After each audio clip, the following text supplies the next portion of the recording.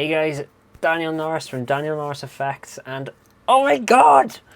Sorry about that. Yeah, I have been waiting for this since the 1st of August, and I wasn't expecting it for another month. So this is a massive, massive surprise for me right now. Christmas has truly come early with this. This is my brand new Blackmagic Pocket Cinema Camera, and I am going to be unboxing it for you today because I want to, and you are going to watch it because I shall make you. Anyway, yeah, first of all I want to say it's heavier than I thought it was going to be, and it came in like a gigantic box and only this small was in it. But anyway, let's get to it. I don't want to hold off any longer. Must be done. It's like Christmas. I can't, oh my god. I honestly was not expecting this at all. Sweet. Right. I don't think we're going to need this anymore. Let's put that away. Okay. And, oops, something just fell. But I don't care. And the reveal of a software manual. Okay, never mind. Anyway, so everyone has seen an unboxing of this, so we know what everything is. So yeah, we have the software manual, and we have all the software and stuff is on this little SD card. How big is that SD card anyway? Doesn't say. Oh well, never mind. Anyway, and the reveal. Oh, there it is. Oh my god. Yeah, we'll get to the camera last. That's the main thing. Okay, so we have the notorious itty bitty tiny. What was it? 7.5 mini. I don't care. It's EL20 battery. Yeah, everyone knows that these are notorious for being really. Yeah, I'm gonna change the focus to a bit closer actually. Yeah, but they'll be fine. Yeah, these are notorious for being terrible in battery life. They're like an hour's battery life, if that. But that's why I'm going to be going all external with this one anyway. So yeah, that's the battery. Anyway, we have a lanyard or tether, whatever you want to call them. Plugs. We have so many plug sockets. We have plugs everywhere. Don't need that one. Don't need that one. Don't need. What the hell? I haven't seen one like that before. Anyway, and here's the one I'll be using. Good old British, whatever you want to say. Anyway, and then we also have the box is attacking me. And now we have the power, the mains. Oh, no. There we go. It's trapped. We have the mains power adapter here, and charger as well. Yep, mains power adapter. So this is what I'll mostly be using for a while, until I get like an external battery pack. And now, finally, to the oh bloody hell, that's heavy, and it's really cold as well. Yeah, so there it is. Right, I'm just gonna make sure there's nothing left in the box for a minute, so I can get it out of the way. Yeah, yep, that's everything in the box. So the box we're done with. So yeah, here we have everything. There's your focus on the table. There we are. Yeah, so there we have the plugs, battery, lanyard, and the camera itself. Let's get those out of the way. So, what's there to say? Well, it is tiny. It is as tiny as they said it was. And it actually feels okay in the hand. I mean, I'm honestly surprised. I thought this was going to be really horrible and just tiny and feel horrible. I mean, I have quite big hands, I do, you know, considering, but no, the grip's apart from the length of it, the grip is actually chunkier. It's a bit chunkier than the one on my 600D, but yeah, let's get that off. We don't want that on. And honestly, right, despite all the photos I've seen of it, and people saying all this by here is all metal and everything and all that, I honestly, it always looked like plastic to me, and I never understood and I never realised how it would feel. But yeah, it feels solid as hell. I mean, it's insane. The buttons are a bit stiff. And inset quite a bit, which I suppose is a good thing. You know, make sure you don't hit them on accident. The record button's up here where like the shutter button would be on a DSLR. We've got play, skip. We've got play, skip, and thing. Am I even focused on it? Yeah, there we go. And I really like this idea by here of having a hot shoe. No, not a hot shoe. It's basically just a tripod mount. Just tripod mount over there, and there's an identical one on the top. I kind of like that idea, to be honest with you. So yeah, in here's where the spring loaded, lovely. Here's where the battery goes and the SD card. I really hope they fixed a bunch of the problems with the SD cards, because I do have a high speed one. It's a Samsung class 10 32 gigabyte, and it's an 80 megabits a second, or megabytes a second, I don't know.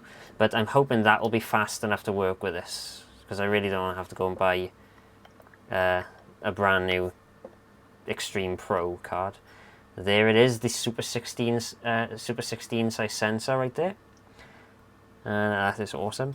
And now that we've unboxed that, I'm just gonna, before we run out of time, I'm going to show you something that has been sitting on my desk for 4 months, and that is the lens, the cheap lens I bought, so that when it finally arrived, I would have something to actually use it with. And the lens is an Olympus pen. It's a Micro Four Thirds mount. It is the M Zuiko, I think. I don't know. M Zuiko Digital, I think. But it's a 17mm f2.8. Now it's a prime lens. F2.8 is a nice. It's a nice. What am I thinking now? It's a nice aperture f-stop. F-stop. That's one. It's a nice f-stop to be working with here. So it's not too shallow. Yeah, whatever. Sorry, I'm just too overexcited. But yeah, I'm just gonna get this out. Now it has been out of the box, and I have discovered a few cool things that I've done with it. Yeah. Anyway, I'll just take it off. Oh, sorry about that, guys. The SD card ran out of space, so I had to quickly change. But anyway, yeah. Where was I? Right. This is the lens. It is tiny. I mean, I'm not even joking. This would make the Nifty 50 prime lens for the Canon look like a giant. Oh God. Yeah, and the lens cap's tiny. It's only a little bit bigger than like a £2 coin. But anyway, I bought this lens as like a little cheap thing. It only cost me like 100 quid. But I know that sounds like a lot, but you know, for lenses it's quite cheap. I bought it as a little cheap lens, just a starter lens, just so I have something on it. This is going to be kind of like my Nifty 50 for this, you know, because 17mm is the equivalent to about 50. You know, it's 46mm on here, because this has a times 3 crop on it. So whatever lens I put on here, I got to times the value by 3. So, but anyway, I also discovered with this lens in the time that I've had it, this is an old wide angle or wide end adapter I had for my old Sony camcorder, and apparently the thread mount is the exact same size as this lens, so this should be pretty cool. So I got a nice little wide end attachment already for this. So for the first time ever, I actually get to put this lens on. I have put it on a GH3, but between then and now. But let us, for the first time, yes, it's so beautiful. Sorry, I'm being weird, but I don't care. Okay, now this probably isn't, given the notoriousness of this battery, it's probably not got any charge in it at all, but I will try it. I'll probably plug it in a minute now, but I just want to see. Oh, let me focus for you. There we go. Oh, there we go. Oh, lovely. Awesome. I quite like this lens. Right, when I first opened this, yeah, I'm going to turn it off for a minute. When I first received this lens, right, I didn't like the fact it has an electronic focus on it. You know, it basically goes all the way around with the same resistance, no no changes at all, and I really didn't like the feel of it. But no, it's... Yeah, let me turn it back on a minute. Let me try with the focus peaking a minute, because it... Oh no, that's... Yeah, you did that quick. Yeah, because I've heard... Right, oh yeah, you've got to double click it for the focus peaking, yeah. I have heard a lot of negativity about the focus feature on this camera, where when you click on it to get it to focus in on something, and yeah, I noticed that you can't really see a lot on the screen. Yeah, if I put this here, I don't know if you'll be able to see it because I'm at the... Right, and let's try it. Yeah, done. No, it did it quite quick. Yeah. Surprising. Yeah, because I've heard it has a lot of issues with the Panasonic lenses. Okay, well, I don't want to draw this video out too much. I'm not going to show you all the features of it, but this was just an unboxing. And, okay, so with it here now like this, I shall give my first opinions of this camera, okay? So, first opinion straight out of the box. Very impressed with the weight of it, definitely. I mean, I was half expecting it to be quite a light thing, you know, not particularly. I'm gonna focus, yeah, not particularly all that, you know, sturdy. But honestly, this thing is really sturdy as hell. One thing I've noticed already though, when the lens was on, I've noticed that the lens release button, it's a little bit on the loose, rattly side, so that could be annoying, but I don't know. Without too much movement, it shouldn't be that much of an issue. I mean, I'm never gonna use the sound on here apart from to sync external audio from here.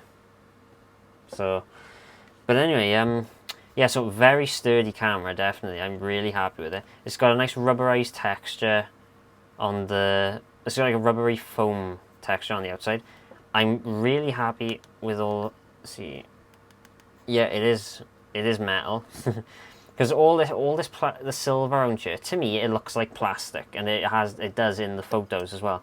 But it, you know, when you actually feel it, it is metal, and especially and underneath the rubber as well, all this bit here, the ring around the lens, it's all metal, which is pretty cool.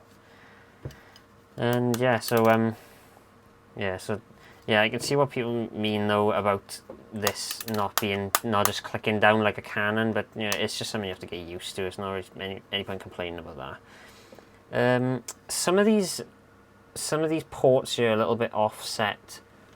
So I don't know if you're going to be able to see it on your... I don't know if you can see that one. It's not quite lined up with the hole there, but no, it's still there. But yeah, I finally have my Blackmagic Pocket Cinema Camera, which, although people say it is strictly a B camera, for me, because I have a 600D. Well, this is where you're watching it on now. My 600D is my main camera. I think my 600D is still going to remain my main camera, but for the bigger things I want to do, because yeah, I very much doubt I'll be using this for like videos like this or things like that. But for bigger things I do, where I need a secondary camera, or for even bigger ones like short films, this will definitely be my beauty camera because of the quality it can come up with. So yeah, so this is probably going to be my beauty camera, and you know, so on the bigger ones it'll be my A camera, and this will be my B. But on ones like I don't know, presentation ones or things like that, I'll most likely just use this for cutaway shots, really. You know, just as an extra camera, so that I don't have to use my GoPro as an extra camera. But yeah, so that was my unboxing of the Blackmagic Pocket Cinema Camera. I'm very happy that you could all enjoy it with me. And over the course of the next few weeks, we'll be having a play around with it, really. You know, I'm going to be finding out all the issues that I personally have with it, because obviously there's going to be some issues with it. One of the main issues that I really want to try and combat is the format. Now, obviously everyone knows now, it records to Apple ProRes. I think it's HQ or 422, I think, or something like that. As far as I know, I do not know how to read that file format on a PC, which is what I do all my editing on and things like that. I would love to know if there is a way of doing it without downloading loads of bloody external readers or different types of software to process it, because I'd much rather be able to just download a codec that allows me to use ProRes. But if I can't, it's looking like I'm going to have to record everything in RAW, which is going to be a pain. Although I do love RAW, it is a very large file format. But it's looking like I'm going to have to record everything in RAW, you know, sort them out, you know, like get the images all the way I want them in Camera or whatever I use, then export them, then, you know, process them as a readable file format. Then I'm just going to have to delete the original RAW file, which is a shame because I hate deleting RAW, you know, not RAW files, but files straight from the camera, just in case you might need them at another point. But yes, so I'm going to leave it there now. Thank you for watching my unboxing video, if you've watched it to this point. And yeah, so the future holds plenty of test shots and films with the Blackmagic Pocket Cinema Camera, and I hope you can join me for those as well. So I'm going to leave it there. I'm Daniel Norris of Daniel Norris Effects, and oh my god, I'm so excited, and I shall see you for the next video.